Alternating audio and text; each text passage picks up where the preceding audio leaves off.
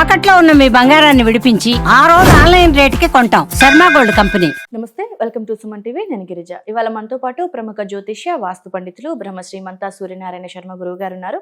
వారితో మాట్లాడి ఈ 2025 నూతన ఆంగ్ల సంవత్సరంలో ద్వాదశ రాశుల వారికి ఏ విధంగా ఉంటుందో తెలుసుకునే ప్రయత్నం చేద్దాం. గురువు గారు నమస్కారం. నమస్కారం అమ్మా, శుభం వ్యాధు. గురువు గారు, ఈ 2025 ఆంగ్ల నూతన సంవత్సరంలో భాగంగా మనం ఆల్రెడీ కొన్ని రాశులు చెప్పేసుకున్నాం కదా. ఇప్పుడు వచ్చేసి కర్కాటక రాశి. సో మరి ఈ రాశి వారికి గ్రహస్థితి పరంగా గ్రహ గమనం ఏ విధంగా ఉండబోతుంది? సో ఒక్కసారి తెలియజేస్తారా గురువు గారు? తప్పకుండా అమ్మా. కర్కాటక రాశి మనం ఎప్పుడు మాట్లాడుకుంది ఏంటంటే కొత్త సంవత్సరం గురించి మాట్లాడుకుంటున్నాం. దాని 2 విభాగాలుగా చేద్దాం. First half and second half గురించి మాట్లాడుకుందాం.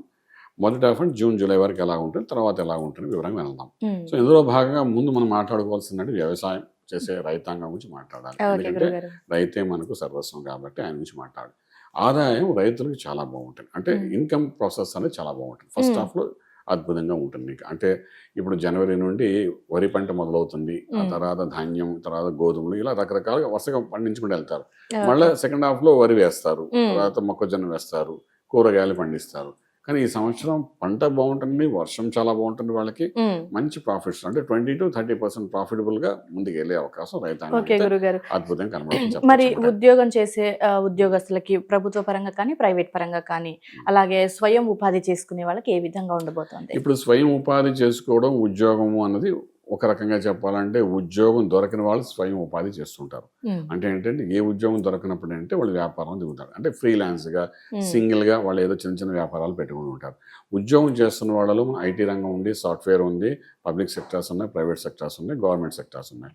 వీళ్ళందరికీ కూడాను ఫస్ట్ హాఫ్లోని శనీశ్వరుడు, అష్టంలో ఉన్న శనీశ్వరుడికి వెళ్ళిపోతున్నాడు కాబట్టి వెళ్తూ ఒక మంచి చేసి వెళ్ళిపోతాడు. అంచేత వీళ్ళకి మార్చి ఏప్రిల్లో కొంత హైక్స్ రావడము, కొంత ప్రాఫిటబుల్గా ఉండే అవకాశం బాగానే కనబడుతుంది. అలాగే మనకు ఫ్రీలాన్స్గా చేసేవాళ్ళు, అలాగే ఇండివిజువల్ వ్యాపారం చేసేవారు, లఘు పరిశ్రమలు, కుటీర పరిశ్రమలు రన్ చేసేవాళ్ళు వీళ్ళందరూ ఉన్నారంటే వీళ్ళు కూడా వ్యాపారంలో ఒక 40% హైక్ ఉంటుంది. చేస్తున్న వ్యాపారాన్ని కంటిన్యూ చేయవలసి వస్తుంది. అందులోనే మంచి హైక్స్ వచ్చే అవకాశం బాగానే కనబడుతుంది. అలాగే వాళ్ళు ఏంటంటే విశేషంగా చెప్పాలంటే మనకు డిజిటల్ మార్కెటింగ్ తీసుకుందాం, మన రెగ్యులర్గా ఇప్పుడు కొత్తగా డెవలప్ అవుతుంది. అలాగే మన చిన్న అంటే రీల్స్ రన్ చేసి, తర్వాత ఇన్స్టాగ్రామ్లో రీల్స్ రన్ చేస్తూ లక్షలు సంపాదించుకునే వాళ్ళు చాలా మంది కనబడుతున్నారు. అంటే రీల్స్ బట్టి డబ్బు సంపాదించుకుంటున్నారు. ఇది మనం కొత్తగా కింద సంవత్సరం కంటే ఈ సంవత్సరం బాగా డెవలప్ అవుతుంది. ఇలాంటి వాళ్ళు కూడా ఏంటంటే ఈ కర్కాటక రాశిలో ఫస్ట్ హాఫ్లో మంచి హైప్స్లో వెళ్తుంది, సెకండ్ హాఫ్లో కొంచెం న్యూట్రల్గా వెళ్తుంది. ఓకే గురుగారు. సో మరి విద్యార్థులకి చదువు పరంగా ఏ విధంగా ఉండబోతుంది, అండ్ అలాగే కాంపిటేటివ్ ఎగ్జామ్స్ రాసే వాళ్ళ పరిస్థితి ఎట్లా ఉండబోతుంది, అండ్ అలాగే అవుట్ ఆఫ్ వెళ్ళి చదువుకోవాలి విదేశీయాల పరంగా ఎలా ఉండబోతుంది? విద్యార్థులు కాంపిటేటివ్ ఎగ్జామ్స్ రాసే ఏదైనా ఉంటే జూలై తర్వాత జరిగే వాళ్ళందరికీ మంచి మార్క్స్ పాస్ అయ్యే అవకాశం ఉంది.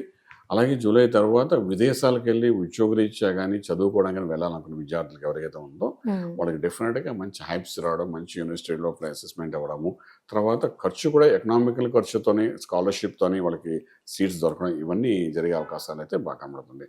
అలాగే ఇంపోర్ట్ ఎక్స్పోర్ట్ వ్యాపారం చేసేవాళ్ళు కూడా అంటే ఒక 8% to 10% ప్రాఫిట్ గానే వెళ్తుంది తప్ప అది లాసెస్ అయితే జరిగే అవకాశం లేదు. ఏ ఇంపోర్ట్ చేసినా, ఏ ఎక్స్పోర్ట్ చేసినా కూడా ఇవాళ ఇప్పుడు ఫుడ్ ఇండస్ట్రీని ఎక్స్పోర్ట్ చేస్తున్నారు చాలా మంది.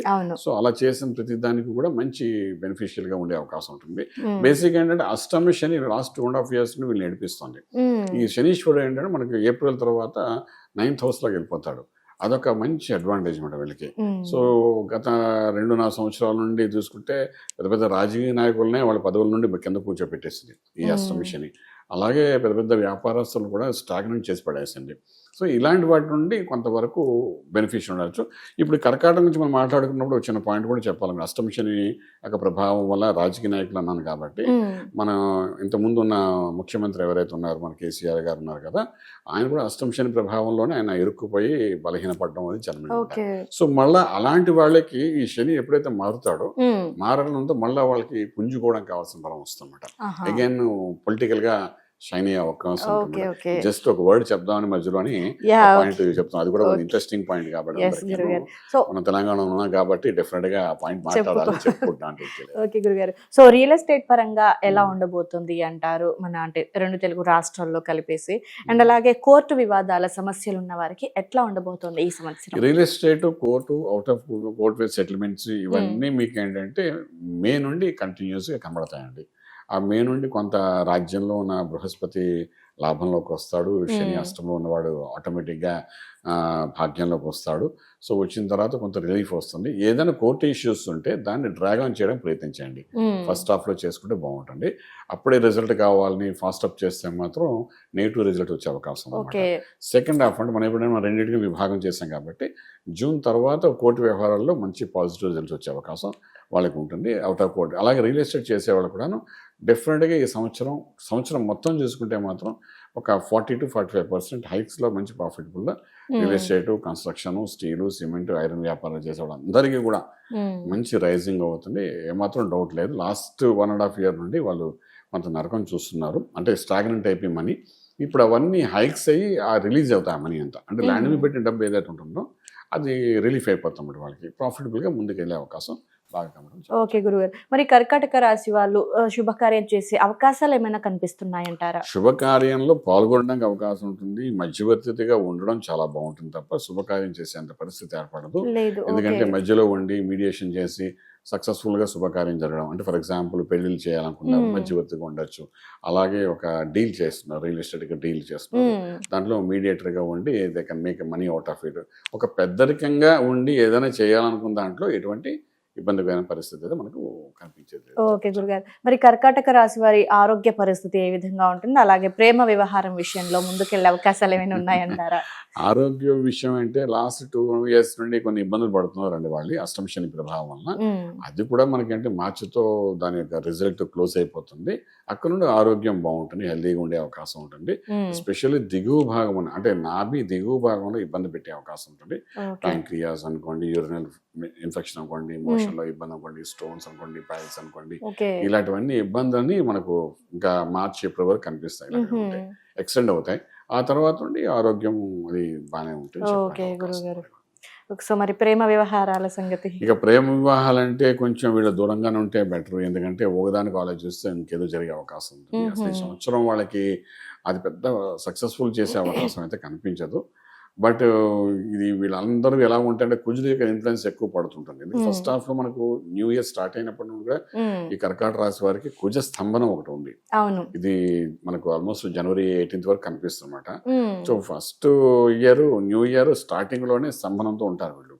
సో వాళ్ళు తీసుకుంటే నిర్ణయాలు చాలా మంది ఈ మధ్య కాలంలో ఏంటంటే ఇది 10 years బిఫోర్ ఇటువంటి మనకు అలవాట్లు ఉండే కాదు. కానీ ఇప్పుడు ఏం చేస్తున్నారంటే న్యూ ఇయర్ వస్తే ఏదైనా ఒక నిర్ణయం తీసుకుని లైఫ్లో చేంజింగ్ పాయింట్ అని న్యూ ఇయర్తో మొదలు పెడదామని ఒక ఆలోచనతో వచ్చిన యూత్ చాలా మంది ఉన్నారు, పెద్దవాళ్ళు కూడా ఉన్నారు.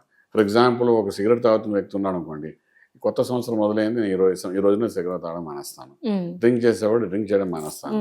అలాగే మన వాళ్ళకి క్రేజ్ కూడా ఎలా ఉంటుందంటే 31 రాత్రి న్యూ ఇయర్ మనం వెంకన్న బాబు దర్శనం చేసుకుంటే బాగుంటుందని తిరుమల లైన్ కట్టేవాళ్ళు చాలా మంది ఉంటారు. అంటే అక్కడికి వెళ్ళి దర్శనం చేసుకుని ఈ రోజు నుండి ఏమైనా చెడు ఉంటే వదిలేద్దాం, అక్కడ స్వామివారు చెప్పేసి వదిలేద్దాం. ఇటువంటి న్యూ ట్రెండ్ ఆల్రెడీ పిల్లల్లో కనబడుతుంది, పెద్దవాళ్ళని కనబడుతుంది, అది స్టార్ట్ అవుతుంది. సో అంచేది మనం ఇప్పుడు న్యూ ఇయర్ జాతకాలు మొదలుపెట్టి చెప్పడం కూడా కారణం. సో అలాగా కొన్ని పాయింట్స్ దగ్గరికి వచ్చినప్పుడు ఏంటంటే ఈ యొక్క ఫిలిం అంటే మన వివాహ వ్యవస్థకు వచ్చినప్పుడు మాత్రం ఏదైనా స్ట్రాంగ్ నిర్ణయం తీసుకుంటే 31st నైట్ కానీ తీసుకుని దాన్ని ఫాలో అయితే బాగుంటుంది. బేసిక్ ఈ సంవత్సరం అంతా పాజిటివ్గా లేదు. ఓకే, ఈ రాశి వారికి. ఓకే గురుగారు, అయితే ఇందాక అన్నారు సో కొంచెం వాళ్ళకి కొన్ని రకాల ఆరోగ్య సమస్యలు కనిపించే సూచన ఉంది అనేసి. సో మరి దీనికి సంబంధించి అంటే మెరుగైన ఫలితాల కోసం ఎలాంటి దేవతారాధన, ఏదైనా పరిహారం ఉంటుంది? ఏదైనా శనీశ్వరుడు యొక్క ఆరాధన అండి.